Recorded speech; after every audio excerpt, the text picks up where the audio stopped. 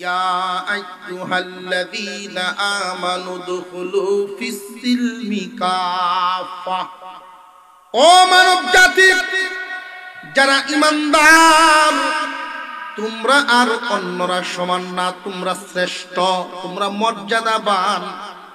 যেহেতু ঈমান আনছো, আল্লাহর উপরে ঈমান আনছো, সুতরাং পরিপূর্ণভাবে ইসলামের ভিতরে ঢুকো। আদা মাদা না, আদা আদি দুই কালাপ নাই, পরিপূর্ণভাবে ইসলামের ভিতরে ঢুকো। আল্লাহ এই কথাটা বইলা আবার একটা ইঙ্গিত দিলেন, ও বান্দা বান্দিরা, পরিপূর্ণভাবে যে ইসলামে ঢুকবা, তোমার পথে কিন্তু বাধা হইয়া দাঁড়াইব একজন, তোমার পথে একজন বাধা হইয়া দাঁড়াইব। কে? তার নামটাও আল্লাহ গোপন রাখেন নাই, প্রকাশ করে দিয়েছেন। ওয়ালা তাত্তাবিউ খুতুওয়াতিশ শাইতান ইন্নাহু লাকুম আদুউম মুবিন। এই শয়তান তোমাদের প্রকাশ্য শত্রু, সে তোমাদেরকে বাধা দিবে, সাবধান, তাকে অনুসরণ করবা না, তার দেখানো পথগুলোতে চলবা না। সে তোমাদেরকে দেখাইব এক পথ, নিয়ে যাইব আরেক পথে, দেখাইব তোমার লাভের পথ, নিয়ে ফেলাইয়া দিব ক্ষতিতে। দেখাইব সুদের রাস্তা বড় উপকারী, কল্যাণকর, সুদ খাইলে খুব তাড়াতাড়ি ধনী হইবা, তোমার দেখাইব লাভের পথ, কিন্তু এই লাভের পথ নিয়ে তোমার সরাসরি জাহান্নামে ফেলাইয়া দিব। নামাজ না পড়ে লেফের নিচে শুইয়া থাকা কি আরাম? শয়তানের দেখাইব, তালিম দিব তোমার আরামের, কিন্তু ফেলাইয়া দিব তোমার বিপদে। সাবধান সাবধান, শয়তানের অনুসরণ করবা না, পরিপূর্ণভাবে ইসলামের ভিতরে ঢুকিয়া যাও। আল্লাহর পয়গম্বর ঘোষণা দিতেছেন, তোমাদের মধ্যে এমন কি কেউ আছোনি যারে আমি আমার জবান দ্বারা আঘাত দিছি? তোমাদের মধ্যে এমন কি কেউ আছোনি যারে আমি হাত দ্বারা আঘাত দিছি? যদি রে কেউ থেকে তাকো, পরিপূর্ণ বদলা লইয়া লও। কথার আঘাত দিয়া থাকলে অনুরূপ কথা দিয়া আমারে বদলা লইয়া লও। হাত দ্বারা যদি আঘাত দিয়া থাকি, অনুরূপ আঘাত দিয়া বদলা লইয়া লও। আল্লাহ এমন এক আয়াত নাজিল করেছেন, কিয়ামতের কঠিন ময়দানে আসামির কাঠগড়ায় দাঁড়াইতে হবে। প্রতিবেশীরা যদি অভিযোগ করে, আসামির কাঠগড়ায় দাঁড়াইতে হবে। আসলিকেও এমন পাওনাদার যারা হাত দ্বারা আঘাত দিছি, এমন কি কেউ আসনি রে? জবান দ্বারা আঘাত দিছি, এমন কি কেউ আসনি? নবীজি এই ঘোষণা দেওয়ার কারণ কি? উম্মতকে শিখানো। এই আমরিয়া গ্রামে জন্ম, এখানেই বড় হইছেন, এইখানেই জীবন কাটাইতেছেন। দাড়ি পেকে যাচ্ছে, দাঁত পড়ে যাচ্ছে, চামড়া খুশ হয়ে গেছে। এই জীবনে চলতে ফিরতে কত মানুষের সাথে, কত প্রতিবেশীর সাথে কত ধরনের আচরণ। জীবনে কি চোখ বন্ধ করে কোনোদিন ভাবছিনি যে আমার এই কথার দ্বারা কি অমুক কষ্ট হইল? আমি কি জীবনে তার সামনে দাঁড়ায় হাতটা ধরে মাপ চাইছি, ভাই তুমি আমারে মাফ করে দিও? আর নইলে অনুরূপ একটা কথা কয়ে বদলা লইয়া লও। কোন প্রতিবেশী যদি এইরকম ভাবে প্রথমে বদলা চায়, যে বদলা লইয়া লো, এরপরে মাপ চায় নে, আমার তো মনে হয় না শত্রুতা থাকবো।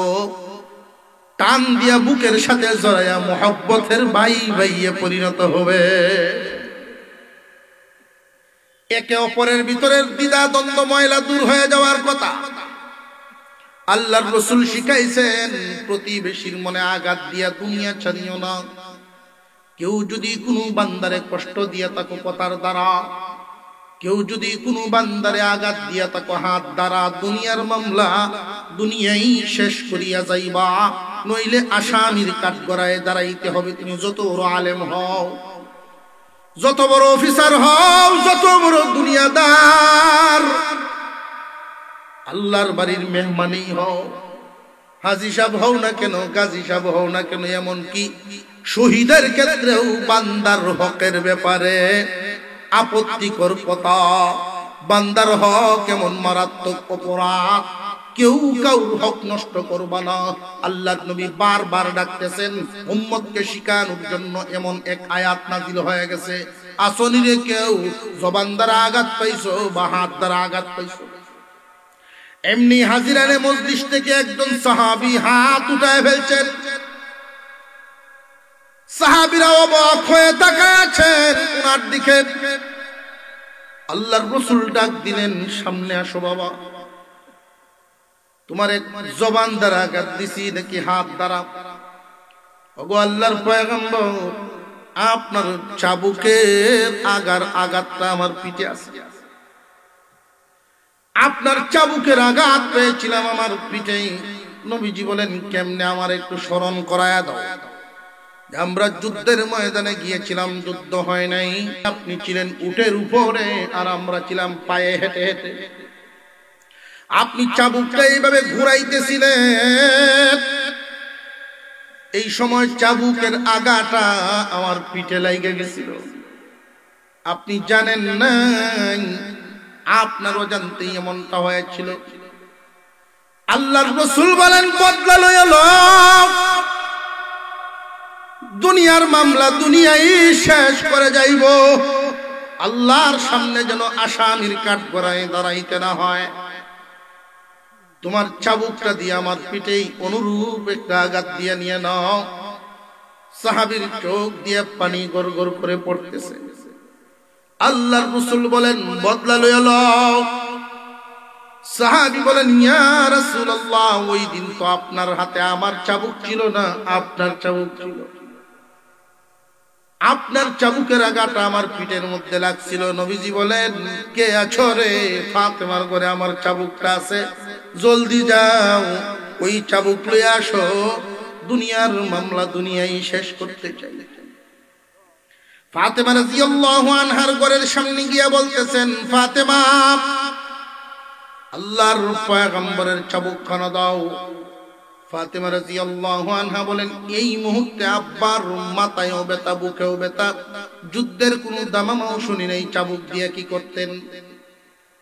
যে একজনের চাবুকের বদলা নিবেন পয়গম্বরের পিঠ মুবারক থেকে। যেই মাত্র শুনছেন ফাতেমা বাবার পিঠ থেকে চাবুকের বদলা নেওয়া হবে। আমার তো কোনো ভাই নাই, কে বাবার বদলায় পিঠ তার সামনে ধরবে?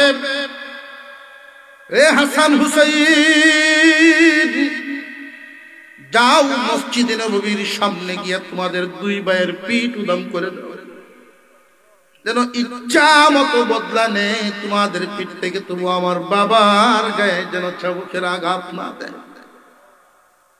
দুনিয়ার মামলা দুনিয়ায় শেষ হবে, তবে পয়গম্বরের গায়ে যেন আঘাত দেয়া না হয়। এই চাবুকটা নিয়ে নবীজির হাতে যখন দেওয়া হলো, আল্লাহর রাসূল চাবুকটা তার হাতে দিয়া বলেন, অনুরূপ ওজনের একটা আঘাত দিয়া বদলা লয়ে এলো। সাহাবী হাতে চাবুকটা ধরছেন, ঠিক হাতটা কাঁপতেছিল। আবু বকর, ওমর ওইখানে হাজির। তারা ওই সাহাবীর সামনে গিয়া বলেন, তুই কি পাগল হয়ে গেছো নাকি? নবীজির পিঠ মুবারক থেকে বদলা নিবা, তুমি কি পাগল হয়ে গেছো? ওই সাহাবী শুধু কাঁদতে আছেন, চোখের পানি গড়াইতেছে, মুখে কিছুই বলেন না। আল্লাহর রাসূল বলেন, আঘাত দিয়া বদলা নেও। এখন সাহাবী বলেন, হুজুর, ওই দিন আমার গায়ে কোনো কাপড় ছিল না। যুদ্ধের ময়দান থেকে যখন আসতেছিলাম, আপনার হাতের চাবুকের আঘাতটা যখন লাগছিল, আমি খালি গায়ে ছিলাম, উদাম ছিলাম। আল্লাহর রাসূল বলেন, হুবহু যদি বদলা দেওয়া লাগে তাহলে তো আমারও তো কালিগাও হওয়া লাগে। মানুষের সামনে আমি কালিগা হই না। চলো হুজরার ভিতরে চলে যাই, তবু দুনিয়ার মামলা দুনিয়ায় শেষ করবার চাই। কিয়ামত পর্যন্ত উম্মতকে শিক্ষা দেওয়া হলো মূল উদ্দেশ্য। হুজরার ভিতরের দিকে আল্লাহর পয়গম্বর রওনা দিলেন, সাহাবী চাবুক নিয়ে পিছনে পিছনে যায়। কান্নার রুল পড়ে গেছে মসজিদে নববীর সামনে। হুজরার ভিতরে ঢুকলেন, ভিতর থেকে দরজা বন্ধ করে দিলেন দুইজন পয়গম্বর এবং রুমী সাহাবী। আল্লাহর রাসূল বলেন না বদলা লইয়া লও। এমনি পিঠের কাপড় যখন সরাইলেন, নবীজির সাহাবী চাবুক কানা রেখে আল্লাহর পয়গম্বরকে পিছন থেকে জড়ায়া ধরে মোহরে নবুয়তের উপরে চুমা মেরে হাওমাও করে কান্দে। মোহরে নবুয়তের মধ্যে চুমা দিয়া বলেন, ইয়া রাসূলুল্লাহ, ইয়া হাবিবাল্লাহ, আমারে মাফ করে দেন। আমি যেই দিন কালিমা গ্রহণ করেছি ওই দিনই আল্লাহ এবং রাসূলের জন্যই জীবন উৎসর্গ করেছি। কিন্তু আপনি একদিন বলেছিলেন যে নাকি ইমানদার ইমানের হালতে যদি আমার মোহরে নবুয়তে স্পর্শ করে চুমা খায় তার জন্য জান্নাত ওয়াজিব হয়ে যাবে।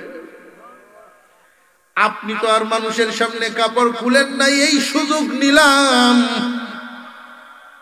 আপনি আমারে মাফ করে দেন নবীজি। আমি আপনার মোহরে নবুয়তে চুমা লাগাইছি, আল্লাহ কি আমারে জান্নাত দিবেননি? নবীজি দরজা খুলে হাজিরানি মজলিসের সামনে বলেন, সাহাবীরা রে, তোমরা সাক্ষী থাকো, আমার এই সাহাবীকে আল্লাহ জান্নাত ওয়াজিব করেছে। ঘটনা শোনানোর উদ্দেশ্য হলো দুনিয়ার জমিনে একজন আর একজনের সাথে চলতে ফিরতে কথাবার্তা উঁচা আওয়াজ হয়ে যায়, কটু কথা হয়ে যায়। আপনার আচরণে যদি একজন আঘাত পান, যত তাড়াতাড়ি পারেন মামলা শেষ করে দিবেন।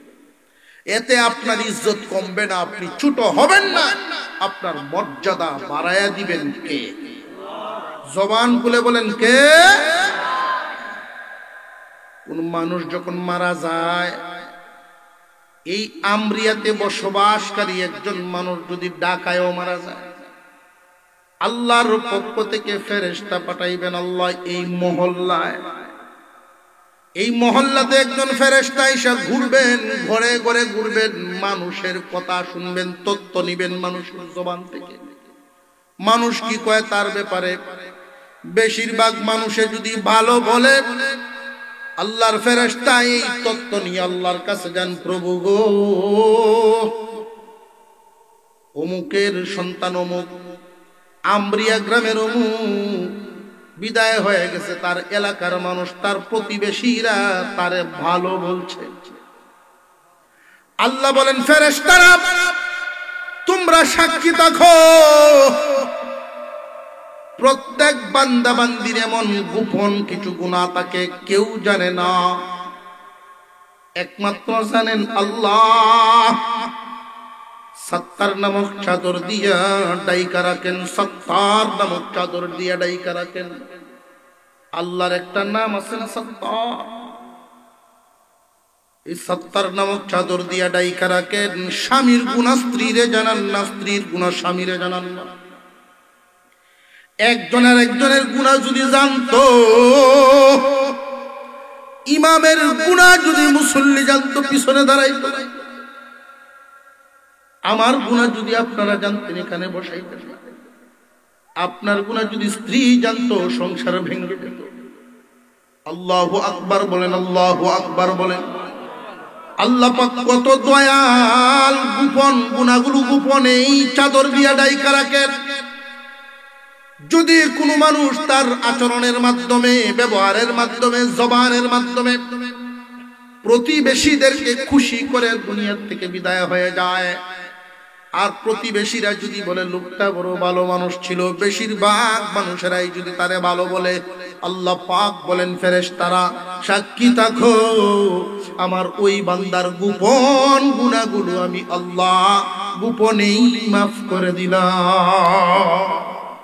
আল্লাহ পাক রব্বুল আলামিন প্রত্যেকটা মানুষকে দুনিয়ার জমিনে পাঠাইছেন, নির্দিষ্ট একটা হায়াত দিয়েছেন। এই হায়াতটা কোন কাজে, কোথায়, কে কতটুকু ব্যয় করেন, এটার একটা হিসাব আল্লাহ তাআলা নেবেন। এই হিসাব দেওয়ার ক্ষেত্রে অনেক মানুষ বড় পেরেশান হবে। নেক কাজের তুলনায় বদ কাজে মানুষ বেশি সময় দিচ্ছে। এমন মানুষ বহু পেরেশান হবেন যেই কাজটা নেক কাজও না, বদ কাজও না, অহেতুক কাজে। যেমন চায়ের দোকানে গল্প গুজর করে খামাকা ঘন্টাকে ঘন্টা মানুষ সময় নষ্ট করতেছে, সময়ের কোনো গুরুত্ব নেই। আল্লাহ পাক যেন আমাদের এই হায়াতটাকে কাজে লাগানোর তৌফিক দেন, বলুন আমিন। দুনিয়ার জমিনে হক দুই ধরনের, একটা আল্লাহর হক, একটা বান্দার হক। আল্লাহর হক যদি আমাদের দ্বারায় নষ্ট হয়, কোন কারণে শয়তানের ধোঁকায় পড়ে আল্লাহর হক নষ্ট হয়ে গেছে, নামাজ রোজা, হারাম থেকে বাঁচতে পারি নাই, আদেশ কাজগুলো করতে পারি নাই, এরকম ত্রুটি বিচ্যুতি যদি হয়ে যায়, তওবা করলে আল্লাহর দয়া হলে মাফ করবেন। সুবহানাল্লাহ বলেন। তো আফসোসের বিষয়, এমন কিছু পাপ, এমন কিছু অপরাধ যেটা বান্দার হক, বান্দার হক যদি কেউ নষ্ট করে আল্লাহর কাছে মাফ চাইলে আল্লাহ মাফ দিবেন না। সামাজিক ভাবে চলতে ফিরতে সমাজের মানুষ আমরা, যার প্রতি প্রতিবেশী খুশি থাকেন আল্লাহ তার প্রতি খুশি থাকেন। নবীজির একখানা হাদিস আপনাদের সামনে তিলাওয়াত করেছি। আল্লাহ রাসূল বলেন, قال النبي صلى الله عليه وسلم المسلم من سلم المسلمون من لسانه ويده। মুসলিম তো ওই ব্যক্তি যার হাত এবং জবান থেকে অন্যরা সব নিরাপদ, যার হাত এবং জবান দ্বারা কারোর ক্ষতি হয় না, ওই মানুষটাই পরিপূর্ণ মুসলিম। জবানে স্বীকার করে মুসলিম, কিন্তু এই জবান দ্বারা অন্যজনের গীবত করে। জবানে কয় মুসলিম, কিন্তু এই জবান দ্বারাই চুগলখুরি করে, এক জায়গার কথা আর এক জায়গায় লাগায়। দুইজনের মিল মহব্বত দূর করে দিয়ে ঝগড়ায় পরিণত করে দেয়। মুখে দাবি আমি মুসলিম, অথচ এই মুসলিমের হাত দ্বারা অন্য আরেকজনের ক্ষতি করে। মুসলমান ইমানদার ভাইরা আমার, বর্তমান জামানায় শিক্ষিতর হার বাড়তেছে, কিন্তু মানুষের ভিতরের দয়া মায়া কমতেছে। আগে যেইভাবে একজন মানুষ আর একজন মানুষকে মায়া মোহাব্বত করত, এখন এতটা নাই। এই সুনামগঞ্জ থেকে একই বাসে বসে দুইজন মানুষ ঢাকায় যাওয়া পর্যন্ত রাস্তায় গল্প করতে করতে আত্মীয় হয়ে গেছে। এখন এমন এক জামানা, এমন একটা জামানা পার করতেছি, পাশাপাশি সিটে বসে ঢাকা পর্যন্ত যায় ঠিক, অথচ একজন আর একজনের নামটা পর্যন্ত জিগায় না, বাড়িটা পর্যন্ত জিগায় না, মোবাইল নিয়ে বসে থাকে। আরেকটু জোরে কর। যেই জামানা আমরা পার করতেছি, মায়া মোহাব্বত কমতেছে। যদিও আমাদের পোশাকের উন্নতি হয়েছে, ঘরের উন্নতি হয়েছে, রাস্তাঘাটের উন্নতি হয়েছে, কিন্তু আমাদের চরিত্রের নৈতিকতার উন্নতি হচ্ছে না। এমন একটা সময় ছিল আমাদের দেশের স্কুলগুলো, আমাদের দেশের স্কুলগুলোর দিকে তাকাইলে উপরে টিন বেড়া ছিল, বাঁশের বেতি দিয়া, ভালো করে বাতাস আসলে টিন উড়ায়া এক গ্রামের স্কুলের টিন আর এক গ্রামে লয়ে যেত। এমন ঘটনা ঘটছে না? ঘটছে না? ছাত্র ছাত্রীদের পোশাকের কোন নিয়ম কানুন, ইউনিফর্মের কোন নিয়ম কানুন ছিল না। এমনও ছাত্র পাওয়া গেছে জুতা আনে নাই, জুতা স্যান্ডেল পর্যন্ত স্কুলে নিতে পারছি না। আর এমন ছাত্র ছিল স্যান্ডেল নিচে ঠিক দুই পায়ের দুইটা।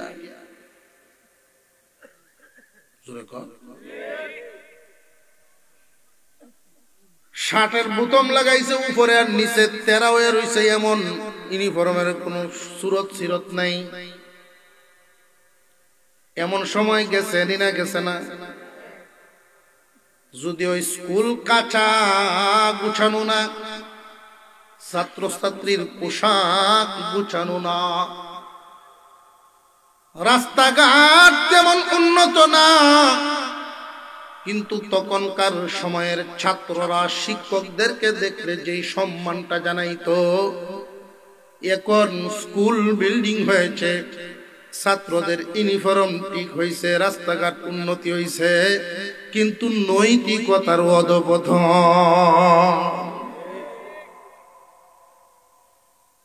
আমরা মানুষ কেমন জানি অমানুষ হয়ে যাইতেছি। কেন অমানুষ হচ্ছি? একজন মানুষ তখনই মানুষ হবে যখন কোরআনের ছোঁয়া পাবে। কোরআনের ছোঁয়া ছাড়া কোনো মানুষ মানুষ হতে পারে না। দেখতে মানুষ দেখা যাবে, কিন্তু আচরণ পশুর মতো হবে। আর একটু জোরে কর। এদিকে এদিকে এদিকে কম মানুষ, এদিকে যারা দাঁড়ায় আছেন এদিকে। আমরা মাহফিল পরিবেশটা সুন্দর করি, বসে এই যে মাথা কুশায় বইটি আছে। আমরা যারা দাঁড়ানো ভাই এদিক দিয়ে হাইটে আইতেছেন, যারা ওই সাইডে হিসাবে, হ্যাঁ মাশাআল্লাহ, নারে তাকবীর,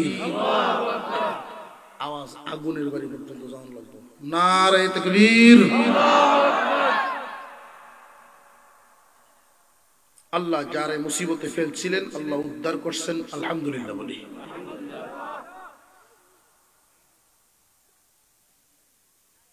নদীর পার ভাঙ্গে ওপার করে, এই তো নদীর খেলা। এপার ভাঙ্গে ওপার করে, এই তো নদীর খেলা। সকাল বেলার ধ্বনি ফকির সন্ধ্যাবেলা।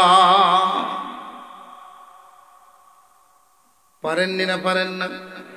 কে? জোরে আওয়াজ দিয়ে মহব্বতে নাম নেন কে? প্রথম জীবনে দেখা গেছে গরিব মানুষ 3 বেলা পেট ভরে খাওয়ার দিতে পারে না বাচ্চাদেরকে। একটা বাচ্চার একটা কলম দেয়, আরেক বাচ্চা খাতার জন্য কান্দে। এক বাচ্চার একটা ড্রেস বানায় দিছে, পরীক্ষায় যাইব সেন্টার পরীক্ষা, ক্লাস 5 এর 2 এর শার্ট বানানোর জন্য কান্দে। আল্লাহ পাক রব্বুল আলামিন এখন তার এই বাচ্চাদেরকে বড় বানায়া এমন কাজে লাগাইছেন, বাপেরে হজ করে আনছে, বাড়িঘর বিল্ডিং বানাইছে। আল্লাহ সম্পদ দিতে পারেননি না? পারেন। ওই যে সকাল বেলার ফকির ধনী সন্ধ্যাবেলা, আবার সকাল বেলার ধনী ফকির সন্ধ্যাবেলা। মানুষের প্রথম জীবন এবং শেষ জীবন বুঝাইছে কবি। এমন মানুষ বহু আছে, প্রথম জীবনে যখন ধনীর দুলাল বাবার রেখে যাওয়া সম্পদ তার চোখে, তখন মানুষ বাসে না। সকালে এক সেট কাপড় পাল্টায়, দুপুরে এক সেট, রাতে আর এক সেট নিয়ে বাজারে ঘুরে এসে দিন যাপন করে। মানুষকে মানুষ মনে করে না, কিন্তু আল্লাহ চাইলে বেশি মুসিবত বেশি লাগে না। গাড়ির 2টা টাক্কর লাগায় দিলেই দেখবেন দেশের চিকিৎসায় হয় না, মাদ্রাস থেকে ঘুরে আইসা অর্ধেক হাওর শেষ। আর একটু জোরে কর। যেই বাহাদুরি দেখাই তো এখন লাঠি নিয়ে হাঁটা লাগে। প্রথম জীবনের বাহাদুরি শেষ জীবনে যখন ফকির বানায় দিছেন, ঔষধ কিনার পয়সা থাকে না। সবকিছুর মালিককে আরো জোরে কোন। কুরআনুল কারীমের একখান আয়াত তিলাওয়াত করেছি আপনাদের সামনে, এটাই আমার সবক আজকে। আল্লাহ পাক রব্বুল আলামিন ঈমানদারদেরকে বলেন, দুনিয়ার অন্য মানুষ আর তোমরা বেশ কম। দুনিয়ার অন্যান্য মানুষ আর তোমরা বেশ কম। অন্যান্য মানুষ দেখতে মানুষ, কিন্তু আসলে পশুর মতো। যাদের ঈমান নাই আল্লাহ এদেরকে মানুষ বলেন না, যাদের ঈমান নাই আল্লাহ এদেরকে মানুষই বলেন না। তো কি বলেন, উলাইকা কাল আনআম বাল হুম আদাল্লু উলাইকা হুমুল গাফিলুন। আল্লাহ বলেন ওরা চতুষ্পদ জানোয়ারের মতো, বরং এর চেয়ে নিকৃষ্ট। চতুষ্পদ জানোয়ার এক মুষ্টি ঘাস খাওয়ায়, একটু মার পানি খাওয়ায়, এই জন্য মালিককে কিন্তু চিনে। এই গরুটারে যদি মালিকের ডাক দেয়, হাওরের মাঝখানে তাইকাও যদি মালিকরে রাস্তায় দেখে, ওইখান থেকে গরু আওয়াজ দেয়, একটু মার পানি খাওয়ায়, এই জন্য মালিককে সে কত সম্মান, কত মোহব্বত। তুমি মানুষকে আল্লাহ কোথায় থেকে কিভাবে মার গর্ব হয়ে এরপরে শিশুর থেকে তিল তিল করে আল্লাহ বড় করলেন। মাওলার দেয়া নিয়ামত খায়া দুনিয়ায় বুক করো, অথচ আল্লাহ তুমি মানো না। আল্লাহর দেয়া নিয়ামত বুক করো, অথচ আল্লাহ মানো না। বান্দারে, তুমি যেই অক্সিজেনটা টানিয়া বাঁচিয়ে আছো, অক্সিজেনের দাম কত তোমার কি চিন্তা আসেনি? সৌদি আরবের একজন মুরব্বী মানুষ শ্বাসকষ্টে আক্রান্ত হয়ে প্রাইভেট একটা হাসপাতালে, ক্লিনিকে ভর্তি হয়েছেন। 24 ঘন্টা অক্সিজেন নেওয়ার কারণে ওনার বিল আসছে 3200 রিয়াল, 3000-এর উপরে। এই 3200 রিয়াল বিল ওনার টেবিলের সামনে রাখছে। বিল পরিশোধ করেন আগে, রুগী বের করেন পরে। এই বিলের কাগজটা বুড়া মানুষটা হাতে নিয়ে চোখের পানিটা গড়গড় করে ছেড়ে দিছেন। ছেলে আইসা পাশে দাঁড়ায় বলে, আব্বা 3200 রিয়াল বিল দেইকা বুঝি আপনি কান্দে দিছেন নাকি? এই পরিমাণ পয়সা তো আমরা বন্ধু বান্ধব নিয়ে আড্ডাতেই খরচ করে ফেলি। না রে বাবা, এই বিল দেইকা আমি কান্দি নাই। যেই মাওলা আজ পর্যন্ত অক্সিজেন দিয়া বাঁচায়া রাখছেন, উনার বিল না জানি কত হইছে, এই চিন্তায় কাঁদছি। এই 24 ঘন্টা বিলে যদি এই অবস্থা হয়, 3200 রিয়াল বিল দিবেন আগে, রুগী বের করবেন পরে, এই ঘোষণা হয়। যিনি আমার এই পর্যন্ত বাঁচায় রাখছেন, উনার দরবারে না জানি কত বিল জমা হইছে। ওই বিল পরিশোধ করার সময় তুমি ফুট কাছে থাকতে না, আমার বিবিও থাকবে না, আমার মেয়েও থাকবে না। ওই চিন্তাটাই আমি চোখের পানি ধরে রাখতে পারি নাই। আল্লাহর দেয়া এই নিয়ামত, অথচ অক্সিজেন বোতলে ভরার কারণে যদি 3200 রিয়াল বিল হয়, যিনি বানাইছেন তার বিল কত? এক বোতল পানি 30 টাকা দিলে দোকানদারে দেয়, অথচ এই পানিটা কোম্পানি বানায় নাই, শুধু বোতলে ভরছে। এই কারণে যদি এমন বিল হয়, তাহলে যিনি পানি বানাইছেন উনার বিল কত? প্রত্যেকটা নিয়ামত এইভাবে ভোগ করার পরেও যারা আল্লাহ মানে না, যাদের ঈমান নাই, আল্লাহ এদেরকে মানুষই বলেন না, এরা চতুষ্পদ জানোয়ারের চেয়েও নিকৃষ্ট। মালিক মানে না, এটা এক কারণ। 2 নাম্বার কারণ, চতুষ্পদ জানোয়ারের চেয়ে নিকৃষ্ট হওয়ার আর একটা কারণ। হযরত আবু বকর সিদ্দিক রাদিয়াল্লাহু তাআলা আনহু পাথরের থাকের মধ্যে বৈশা রইছে একটা শিয়াল। ছোট্ট একটা গাছের নিচে, গাছের পানি টপ টপ করে, কুয়াশার পানির মতোই টপ টপ করে পড়তেছে এই শিয়ালটার উপর। সিদ্দিক আকবর রাদিয়াল্লাহু তাআলা আনহু দূর থেকে দেখে দেখে উনি ভাবতেছিলেন, শিয়াল রে, যদি আমি জান্নাতি হই তাহলে তোমার চাইতে কেন আমি মাখলুকাতের মধ্যে অনেক উত্তম। কিন্তু যদি আমি জাহান্নামে চলে যাই, তুমি শিয়ালের চাইতে আমি নিকৃষ্ট, কারণ তোমার কোনো জাহান্নাম নাই, তুমি মাটি হয়ে যাইবা। আর আমি মানুষ হয়েও যদি জাহান্নামে যাই, তোমার চেয়ে নিকৃষ্ট হয়ে গেল। জোরে কর। আল্লাহ পাক রব্বুল আলামিন বলেন, ইয়া আইয়ুহাল্লাযীনা আমানু দুখুলু ফিস-সিলমি কাফা। ও ও মানব জাতি, যারা ঈমানদার, তোমরা আর অন্যরা সমান না, তোমরা শ্রেষ্ঠ, তোমরা মর্যাদাবান। যেহেতু ঈমান আনছো, আল্লাহর উপরে ঈমান আনছো, সুতরাং পরিপূর্ণভাবে ইসলামের ভিতরে ঢুকো। আদা মাদা না, আদা আদি দুই কালাপ নাই, পরিপূর্ণভাবে ইসলামের ভিতরে ঢুকো। আল্লাহ এই কথাটা বইলা আবার একটা ইঙ্গিত দিলেন, ও বান্দা বান্দিরা, পরিপূর্ণভাবে যে ইসলামে ঢুকবা, তোমার পথে কিন্তু বাধা হইয়া দাঁড়াইব একজন, তোমার পথে একজন বাধা হইয়া দাঁড়াইব। কে? তার নামটাও আল্লাহ গোপন রাখেন নাই, প্রকাশ করে দিয়েছেন। ওয়ালা তাত্তাবিউ খুতুওয়াতিশ শাইতান ইন্নাহু লাকুম আদুউম মুবিন। এই শয়তান তোমাদের প্রকাশ্য শত্রু, সে তোমাদেরকে বাধা দিবে, সাবধান, তাকে অনুসরণ করবা না, তার দেখানো পথগুলোতে চলবা না। সে তোমাদেরকে দেখাইব এক পথ, নিয়ে যাইব আরেক পথে, দেখাইব তোমার লাভের পথ, নিয়ে ফেলাইয়া দিব ক্ষতিতে। দেখাইব সুদের রাস্তা বড় উপকারী, কল্যাণকর, সুদ খাইলে খুব তাড়াতাড়ি ধনী হইবা, তোমার দেখাইব লাভের পথ, কিন্তু এই লাভের পথ নিয়ে তোমার সরাসরি জাহান্নামে ফেলাইয়া দিব। নামাজ না পড়ে লেফের নিচে শুয়া থাকা কি আরাম? শয়তানের দেখাইব, তালিম দিব তোমার আরামের, কিন্তু ফেলাইয়া দিব তোমার বিপদে। সাবধান সাবধান, শয়তানের অনুসরণ করবা না, পরিপূর্ণভাবে ইসলামের ভিতরে ঢুকিয়া যাও।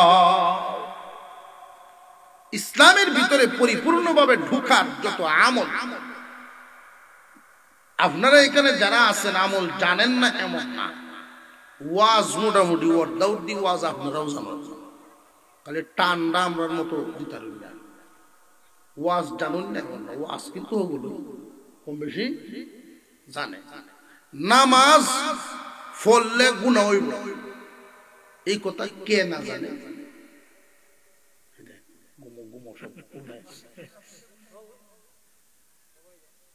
নামাজ না পড়লে গুনাহ হইব, এই কথা সবাই জানা আছে না নাই? এটি তো ওয়াজ। নামাজ পড়ন লাগবো, এটাই ওয়াজ। আমি যেই কথাটা বলে যাচ্ছি, এই আমলটা সারা জীবন ধরে রাখার চেষ্টা করবেন, যতদিন বাচ্চা থাকবেন। 30 পারা কোরআন, কোরআন শরীফের আইন কানুন, ইসলামের বিধিবিধান সব নাজিল হওয়া শেষ। আল ইয়াউমা আকমালতু লাকুম দীনাকুম এর মাধ্যমে কমপ্লিট ঘোষণা হয়ে গেছে। আল্লাহর রাসূল দুনিয়া থেকে বিদায় হওয়ার আরো বেশ কিছুদিন আগে, কয়েক মাস আগে, নবীজি বিদায় হওয়ার মাত্র 9 দিন আগে এক আয়াত নাজিল হয়। এই আয়াত কোন বিধিবিধানের আয়াত না, ধমকির আয়াত। এই আয়াতে 30 পারা কোরআনের সর্বশেষ নাজিল হওয়া আয়াত, এরপরে আর কোন আয়াত নাজিল হয় না। এই আয়াত যেদিন নাজিল হয়েছে নবীজির উপর, মসজিদে নববীর ভিতরে ছিলেন তিনি, দৌড়ায় বেরোছে, আল্লাহু আকবার বলেন। আল্লাহর রাসূল দৌড়ায় বের হয়েছেন মসজিদে নববীর সামনে। তিনি ডাকতেছেন, কে আছো তোমরা আমার প্রতিবেশীরা, তাড়াতাড়ি হাজির হও। মক্কা ছেড়ে মদিনায় 10 বছরের জিন্দেগি আমার, 10 বছর যাবত তোমাদের সাথে আমার উঠা বসা, তোমরা কে কোথায় আছো, জলদি হাজির হও। বিশ্বনবী ডাক দেওয়ার পরে মদিনার মানুষের হালত বুঝেন। আল্লাহর পয়গম্বর ডাক দেওয়ার পরে মদিনার মানুষের হালত, নারী পুরুষ কেউ কি আর জাগাত না, সব সামনে আছে। আল্লাহর পয়গম্বর ঘোষণা দিতেছেন, তোমাদের মধ্যে এমন কি কেউ আছোনি যারে আমি আমার জবান দ্বারা আঘাত দিছি? তোমাদের মধ্যে এমন কি কেউ আছোনি যারে আমি হাত দ্বারা আঘাত দিছি, যদি রে কেউ থেকে তাকো পরিপূর্ণ বদলা লইয়া লও, কথার আঘাত দিয়া থাকলে অনুরূপ কথা দিয়া আমারে বদলা লইয়া লও। হাত দ্বারা যদি আঘাত দিয়া থাকি অনুরূপ আঘাত দিয়া বদলা লইয়া লও। আল্লাহ এমন এক আয়াত নাজিল করেছেন, কিয়ামতের কঠিন ময়দানে আসামির কাঠগড়ায় দাঁড়াইতে হবে। প্রতিবেশীরা যদি অভিযোগ করে আসামির কাঠগড়ায় দাঁড়াইতে হবে। আসলিকেও এমন পাওনাদার যারা হাত দ্বারা আঘাত দিছি এমন কি কেউ আসনি রে, জবান দ্বারা আঘাত দিছি এমন কি কেউ আসনি। নবীজি এই ঘোষণা দেওয়ার কারণ কি? উম্মতকে শিখানো। এই আমরিয়া গ্রামে জন্ম, এখানেই বড় হইছেন, এইখানেই জীবন কাটাইতেছেন। দাড়ি পেকে যাচ্ছে, দাঁত পড়ে যাচ্ছে, চামড়া খুশ হয়ে গেছে। এই জীবনে চলতে ফিরতে কত মানুষের সাথে, কত প্রতিবেশীর সাথে কত ধরনের আচরণ। জীবনে কি চোখ বন্ধ করে কোনোদিন ভাবছিনি যে আমার এই কথার দ্বারা কি অমুক কষ্ট হইল? আমি কি জীবনে তার সামনে দাঁড়ায় হাতটা ধরে মাপ চাইছি, ভাই তুমি আমার মাপ করে দিও, আর নইলে অনুরূপ একটা কথা কইয়া বদলা লইয়া লও। কোন প্রতিবেশী যদি এইরকম ভাবে প্রথমে বদলা চায়, যে বদলা লইয়া লো, এরপরে মাপ চায় আনে, আমার তো মনে হয় না শত্রুতা থাকবো। টান দিয়া বুকের সাথে জড়াইয়া মোহব্বতের ভাই ভাইয়ে পরিণত হবে। একে অপরের ভিতরের দ্বিধা দ্বন্দ্ব ময়লা দূর হয়ে যাওয়ার কথা। আল্লাহর রাসূল শিখাইছেন, প্রতিবেশীর মনে আঘাত দিয়া দুনিয়া ছাড়িও না।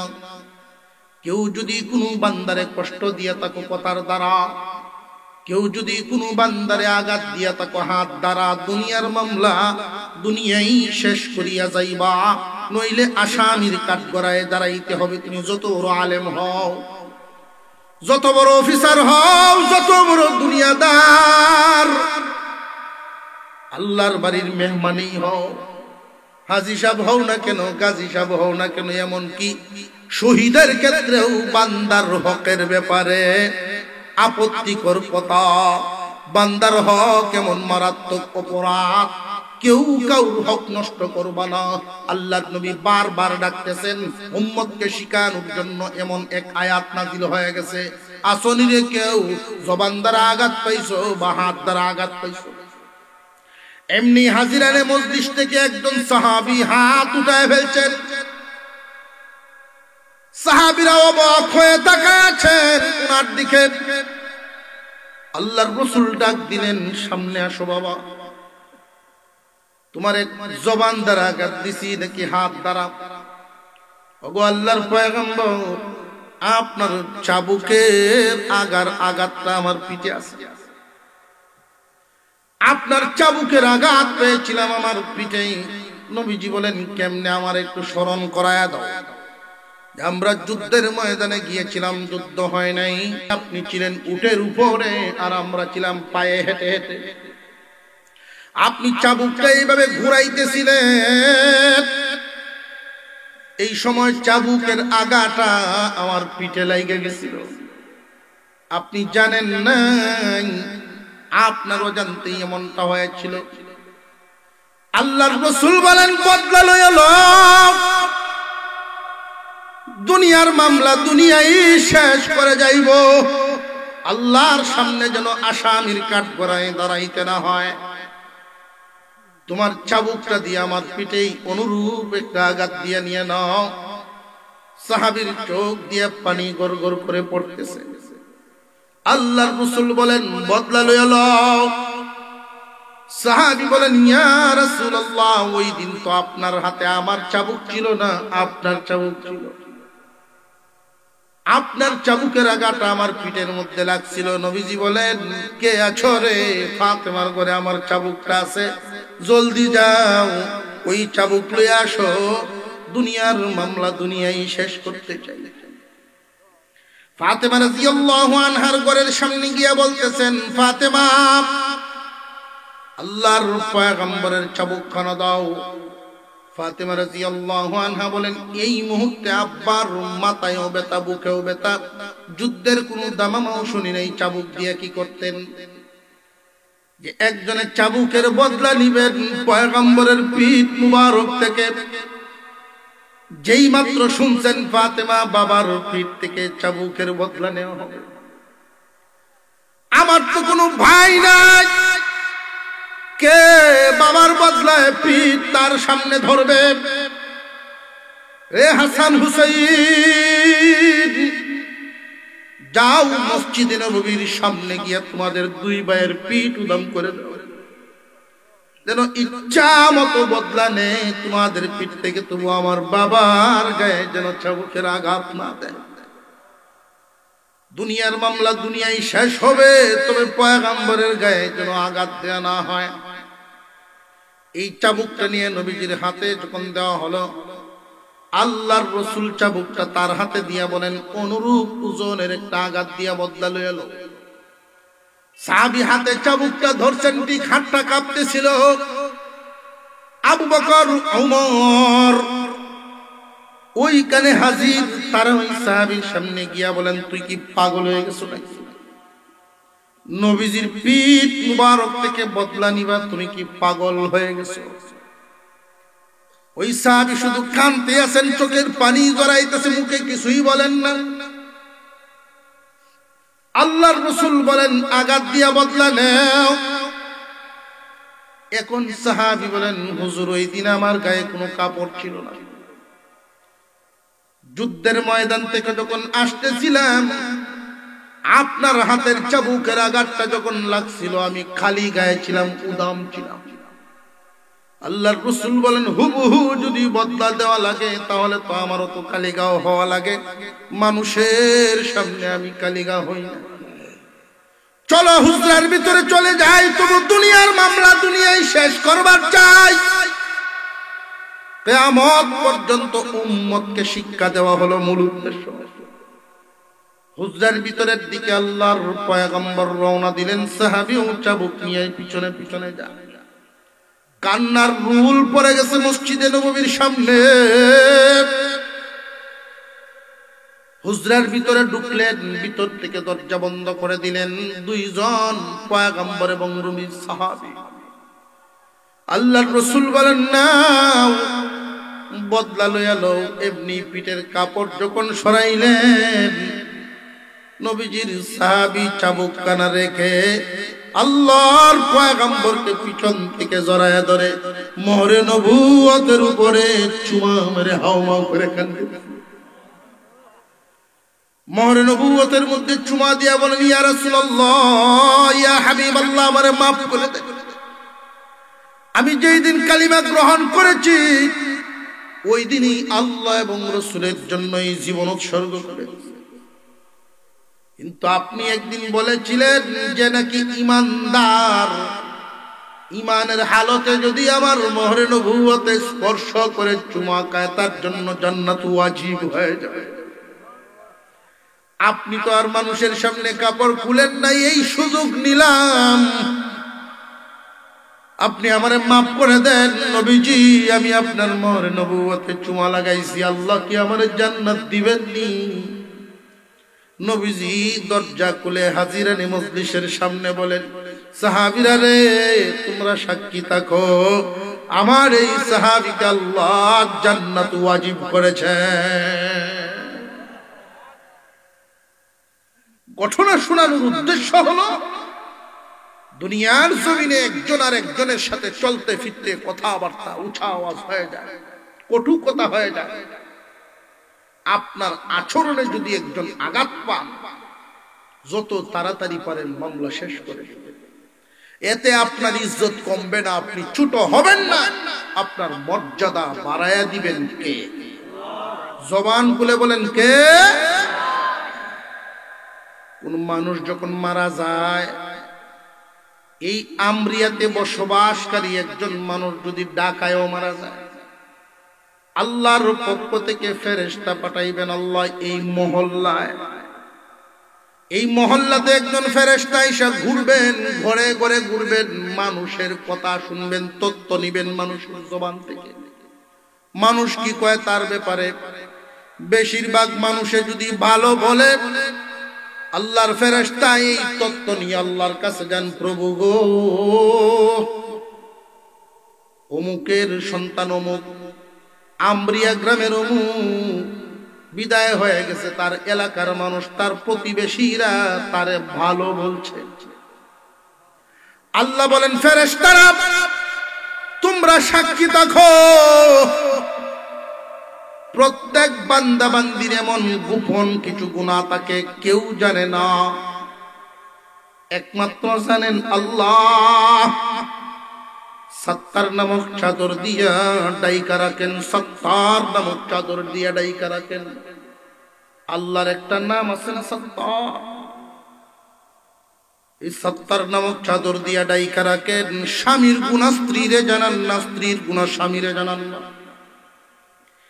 একজনের একজনের গুনাহ যদি জানতো, ইমামের গুনাহ যদি মুসল্লি জানতো পিছনে দাঁড়াইতো। আমার গুনাহ যদি আপনারা জানতেন এখানে বসাইতেন। আপনার গুনাহ যদি স্ত্রী জানতো সংসার ভেঙে যেত। আল্লাহু আকবার বলেন, আল্লাহু আকবার বলেন। আল্লাহ পাক কত দয়াল, গোপন গুনাহগুলো গোপনেই চাদর দিয়া ডাইকা রাখেন। যদি কোনো মানুষ তার আচরণের মাধ্যমে, ব্যবহারের মাধ্যমে, জবানের মাধ্যমে প্রতিবেশীদেরকে খুশি করে দুনিয়ার থেকে বিদায় হয়ে যায়, আর প্রতিবেশীরা যদি বলে লোকটা বড় ভালো মানুষ ছিল, বেশিরভাগ মানুষেরাই যদি তারে ভালো বলে, আল্লাহ পাক বলেন, ফেরেশতারা সাক্ষী থাকো, আমার ওই বান্দার গোপন গুনাহগুলো আমি আল্লাহ গোপনেই মাফ করে দিলাম। আরো জোরে বলুন সুবহানাল্লাহ। আপনাদের এই গ্রামে যুবকরা ইসলাহুল মুসলিমিন এক সংগঠন, এই সংগঠনের পক্ষ থেকে আমি এক পরামর্শ দিছিলাম যে সাব্বির আমাকে মহব্বত করে অনেক আগের থেকেই, সে আপনাদের এই সিলেটে আসা যাওয়া যখন থেকে শুরু হয়, শুরুর দিক থেকেই তার সাথে পরিচয় হয় আমার। পরামর্শ দিয়েছিলাম গ্রামবাসীকে নিয়ে একদিনের মাহফিলের মাধ্যমে সেবা যথেষ্ট না, কারণ একদিন ওয়াজ করি আপনাদের মনটা একটু নরম হয়, সকালে ফজরের পরে উঠে আবার যেই। কিন্তু এখানে যদি একটা মাদ্রাসা হয়, আলেমদেরকে নিয়ে পরামর্শ করো, যুবকদেরকে নিয়ে পরামর্শ করো, আলহামদুলিল্লাহ আজকে সেটা সূচনা হয়েছে, খুব খুশি হয়েছি আলহামদুলিল্লাহ। ছেলে হোক আর মেয়ে হোক, আমরা অনেক সময় করি কি ছেলেদেরকে দেই আর মেয়েদেরকে পড়াই না। কয়েকটা তাত্ত্বিক কথা মনে রাখবেন। কাফেরের সন্তান নবী হইছে এমন ইতিহাস আছে। ইব্রাহিম আলাইহিস সালামের আব্বা, কথা বুঝেন, কাফের ছিল। আবার নবীর ছেলে কাফের হয়ে গেছে এমন ইতিহাস। কিন্তু এমন কোন নজির নাই যে কাফের নির্গরে নবী হইছে। ওলিয়া উলিয়া গৌস কুতুব আল্লাহ পাঠান যেই পেট থেকে, পেটটা পেটের মতো হইতে হয়। এই আমরিয়া গ্রামে যে সমস্ত মেয়েরা জন্মগ্রহণ করেছে, আল্লাহ এদেরকে প্রত্যেককেই সালেহা আবেদা হিসেবে কবুল করেন, বলুন আমিন। আর জোরে বলেন আমিন। আপনার মেয়েটা যদি একটা নেককার নারী হয়, তার গর্ভ থেকে যদি একজন আল্লাহওয়ালা সন্তান জন্ম নেয়, কিয়ামতের দিন কি ডাক দিবে না? না ভাই, এই ডাকটা কি পাবেন না? নিজের বংশের মধ্যে যদি একজন আলেম হাফেজ হয়, নেককার মহিলা ছাড়া হবে না। বর্তমান সময়ে যেই পড়াশোনা, যেই আধুনিকতার ছোঁয়া আমাদেরকে ঘিরে ধরতেছে, খুব সাবধান। সুন্দর উদ্যোগ নিয়েছে যুবকরা। এলাকার সকল মানুষ যদি সমন্বয়ের সাথে করেন, এর উসিলায় আল্লাহ পার করে দিবে। ছেলে হোক আর মেয়ে হোক, অন্তত 3টা বছর স্কুলে ভর্তি থাকবে, অসুবিধা নেই। 3টা বছর নুরানিতে পড়ায়া তারপরে নিবেন এখান থেকে। নামাজ নামাজ হয়ে যাবে, অজু অজু হইব, সহি শুদ্ধ কোরআন তেলাওয়াত হইব। আর নইলে এখানে যারা আছেন মক্তবে পড়েন নাই, আপনার নামাজ তো সহি শুদ্ধ মনের মতো হয়। নিজের মনেই কান্দে, কেন মক্তব আব্বায় পড়াইল না। আপনার সন্তান ওইভাবে আফসুস করবো, আব্বায় কেন পড়াইল না। কারণ মুসলমান তো মরণের আগে হইল যায় নামাজে দাঁড়াইব। ঠিক না বেঠিক? সন্তানকে ঠকাবেন না, ছেলে হোক আর মেয়ে হোক, একটা হোক আর পাঁচটা হোক, প্রত্যেকটাকে প্রথমে আগে এখানে পড়াইয়া আমি পরামর্শ দিয়েছি যে 3 বছর নুরানি বিভাগ, ছোট ছোট বাচ্চারা, ছেলেরা মেয়েরা সমন্বয়ে 3 বছর পর্যন্ত মহিলা শিক্ষিকা দিয়েই হোক, পুরুষ শিক্ষক দিয়েই হোক, সবাই একসাথেই পড়ানো যাবে। 3 বছর পড়ায় এরপরে অন্যান্য সিলেবাসে ভাগ করা হবে। মাদ্রাসা এখানে হওয়াতে আপনারা খুশি না বেজা? আমাদের আল্লাহ তাআলা যুবকদেরকে যেহেতু সুযোগ করে দিচ্ছেন, উদ্যোগটা নিয়েছেন, মুরব্বীরা দোয়া করবেন এবং সকলের জন্য যেই কাজটা করতে হবে, আমি 2-4-5 মিনিটের মধ্যেই আশা করি আখিরি মুনাজাত করে ফেলবো। সকলের জন্য একটা দায়িত্ব আছে। মাদ্রাসা যেখানে হচ্ছে, ধনী হোক গরিব, সবার জন্য একটা দায়িত্ব, সেটা হলো মন থেকে দোয়া করা। গরিবে দোয়া করতে পারতো না? যদি দোয়া না করে, এর চেয়ে কৃপণ আর কেউ নেই। কি দোয়া? আল্লাহ মাদ্রাসাকে কবুল করো, মাদ্রাসাকে কবুল করো, এই দোয়া যদি করেন, আর যদি কবুল হইয়া যায়, ঢাকা থেকে মানুষ আইনা, লন্ডন থেকে মানুষ আইনা আল্লাহ চালাইব। কবুল যদি হইয়া যায়, সকলের জন্য দায়িত্ব দোয়া করা। আর দ্বিতীয় কাজটা হলো, আল্লাহ যাকে যেই হালতে রাখছেন, সবার হালত সমান না, আল্লাহ যাকে যেই হালতে রাখছেন সেই অনুযায়ী সাহায্যের হাত বাড়ানো, আল্লাহ বাড়াবেন রহমতের হাত। রাত অনেক হয়ে গেছে, বুঝাই কেমনি আপনাদের। ব্রাহ্মণবাড়িয়া বড় হুজুরের নাম শুনছেন কিনা? মুরব্বী আলেমরা তো চিনবেন। বড় হুজুর প্রায় 140-এর কাছাকাছি, 126 বছরের মতো হায়াত পাইছে। হাওড় এলাকায় বাড়ি এক মুরিদ, আউরো মাছ কিনে বাজারে নিয়ে বেছে, এই হলো তার পেশা। 5-6 জন সন্তানাদি নিয়ে চলা বড় কঠিন, কষ্ট হয়ে থাকে। হুজুরের কাছে গেছে, হুজুর বড় একটা গাবি আছে, এই গাবির দুধটা দিয়া কোনদিন তরি তরকারি আনতাম পারি না, এই গাবির দুধ দেই বাচ্চারা খানা খায় ঘুমায়, এমনও দিন চায়। কত কষ্টে খাটাইতেছে, একটু দোয়া করতেন আল্লাহ যেন একটু বরকত দেন। বরকত এটা এমনই জিনিস, কম তেলে মশমশা ভাজা, যেটার অর্থ বরকত যদি আল্লাহ দিয়ে দেন, একটা আম গাছও আর এক বেটার এক বাগানের সমান আম হয়ে থাকবো। একটা ছোট্ট পুকুরের মধ্যে আর একজনের ফিশারির সমান বরকত হয়ে থাকবো। এটা না বরকত? 1 ফুটের কামাই দিয়া সংসারও চলবো, আত্মীয় স্বজন চলবো, সম্মানের সাথে চলবেন, সুস্থতা সকলটাই যদি বরকত। এটা না বরকত? আর যদি বেবরকত হয়, উষ্টা খাইব, গেছে 15,000, উষ্টা খাইব 15,000, এটা না বেবরকত। সুনামগঞ্জ তো আইব আমরিয়া, যদি বরকত থাকে, সাথের বাড়ির বেটা ডাক মারবো, চাচা সুনামগঞ্জ আসলাই ভাই যেতেছে, উঠতেন হুন্ডারে, 2টি হলো। আর যদি বেবরকত হয়, রুডো এমন টাডা ভরবো, কোনো গাড়ি হইতে না, 600টি হলো বাড়িতে। এটার নাম বেবরকত। হুজুর একটু বরকতের লেগে নাইছি, দোয়া করতে। হুজুর বলছেন, তোরা গ্রামও না, মাদ্রাসা আছে, একটা লজিং রেখে লাগা। এখন বইয়া কান আছে কি হকের হয়েছে না উল্টা হয়েছে না? পরামর্শ যেটা দিচ্ছেন হুজুরে, এটা কি তার বুঝ মতো হয়েছে না উল্টা হয়েছে? আমার আবুদুল বাচ্চা কাচ্চারে খাওয়াইতে পারি না, কারণ হুজুরে যেই পরামর্শ দিচ্ছেন এটা তো আর উল্টা হয়েছে। এমনি আমার 6 জন অন্তে দিছে। তো হুজুর তার কান্দন দিকে দিয়েছেন ধমক, বুঝইলে আমার পরামর্শ নে, নইলে তুই তোর হতে গিয়ে মর। আল্লাহর ওলির কথা যেই কইছেন তোর হতে গিয়ে মর, তখন আরো কাঁদতেছেন, হুজুরের ভাও ধরছে। তো হুজুর 500 টাকা বের করে দিচ্ছে। এই সময় 500 টাকা চাউলের বস্তা, এক বস্তা চাউল পাওয়া যায় 500 টাকা। 500 টাকা দিচ্ছেন, এক বস্তা চাউল কিনবে আর এক ছাত্র লয়ে যাবে বাড়ি। ছাত্ররে কইয়া নিস, বইলে নিস যে আমি গরিব মানুষ, আমার সন্তানরা যেভাবে খাইব তুমি ওইভাবে খাইবে। তারা যদি উপবাস থাকে তুমিও উপবাস থাকবে। নবীর বাগানের মেহমান বড় দামি, কইয়া নিস। উনি আইছেন বাড়িতে, মাদ্রাসাত গেছেন। হুজুর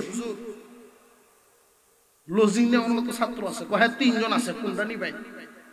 একটা ছাত্র আছে অসহায়, ছাত্ররা দিয়ে দিচ্ছে।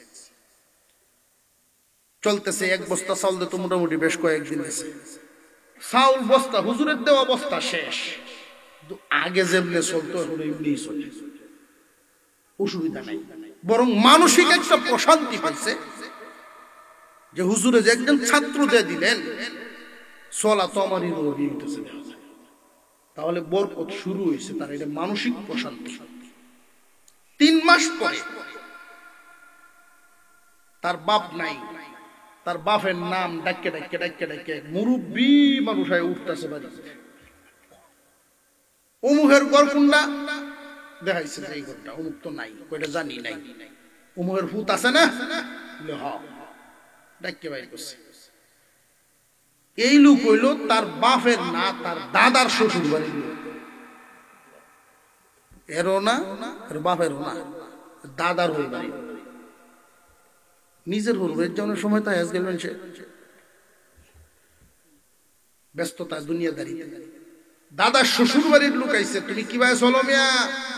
হা, তোমার বাপ আমারে কি আদর করতো, বহুদিন ধরে আওয়াজ আওয়া নাই, কেমনে চলো? হাল হাকিকত জিজ্ঞাসা করিয়া যে তোমার কি ফুট নাই? বড় ফুটটা কি করে? কয়েক ক্লাস পড়ছি না, আমার সাথে মাছ মারা যায়। উনি 1,500 টাকা দিচ্ছে, 1,500। এই 1,500 টাকা দিয়ে তুমি পাসপোর্ট সহ কাগজপত্র বাও করো, তোমার পুত্রে আমি বিদেশ পাঠায় দেব। এবার হুত্তা হে তখন মালয়েশিয়া ভিসা দিয়ে মানুষ নেয়। বাড়িতে গিয়ে তখন ফোন নাই, মোবাইল না, টেলিফোন করছি ছেলের কাছে, আমি দান বেচার টিকিট দিতেছি বিমানের, তুমি একটা ভিসা পাঠাও। ফুতের আন্তাজ হয়েছে না? আব্বা যে জায়গা দান বেচে বিমানের টিকিট দেয়, এই হলো বিমান ভিসার পয়সা কিতা চাইব? হেঁটে ভিসার পয়সা চাইব হেঁটে। আব্বা কেলা পুরান সগন রে ভূত, আল্লাহ খুশি হইব পুরান আত্মীয়। প্রথম মাসেই টাকা পাঠাইছেন 20,000। এই মাস বেশি হলো 20,000 টাকা লইয়া উড়ানো বইয়া কান্দে। একসাথে 20,000 দেখমু, জীবনেও ভাবছি না যে এত তাড়াতাড়ি দেখতে পারবো। ফল ফ্রুট লইয়া হুজুরের কাছে ব্রাহ্মণবাড়িয়া গেছে। খানকার সামনে গিয়া হুজুরের অফিসের সামনে যেই দাঁড়াইছেন, হুজুর ভিতর থেকে মুস্কি আসতেছেন, হে আইসো, আয়ো, বরকত মনে হয় শুরু হইছে। আল্লাহ, আমরা খুঁজি একদিকে, আল্লাহ রাখছেন যে জায়গায় কোরআনের শিক্ষা, কোরআনের তালিম হয়, নামাজ হয়, অর্থাৎ আল্লাহর কাজ যেখানে হয়, আল্লাহর রহমত সেখানে হয়, চোখে দেখা যায়। এই রহমতের ফজিলত, রহমতের বদলাটা আপনারা পাইতেও পারেন, নাও পাইতে পারেন, সন্তান যত পাবে। তো বরকত যে নাজিল হবে এটা নিঃসন্দেহ, যদি ঈমান তাকে বিশ্বাস করতেই। আল্লাহ কবুল করুক, বলুন আমিন। আরো জোরে বলেন আমিন। তালিবে ইলমরা এখানে পড়বে, মাটির যেন পড়তে না হয়। নবীর বাগানের মেহমান, দামি মেহমান। আমি এখানে আমি দেখতাম একজন মানুষকে এরকম আছেন যে আল্লাহ আমার তৌফিক দিছে, হুজুর আমি ফারাম ইনশাল্লাহ, এই তৌফিক এতটুকু আছে, কৃপণতা না করে 1,000 ইট দিতে পারবেন, এমন কি কেউ আছে? যদি তৌফিক থাকে কৃপণতা না। 1000 ইট দিতে পারবেন এই মাদ্রাসার কাজের শুরু কাজ হুজুর আজকে বৃত্তি প্রস্তর করে গেছেন, হয়ে যাবে ইনশাআল্লাহ, হয়ে যাবে। করবেন কে?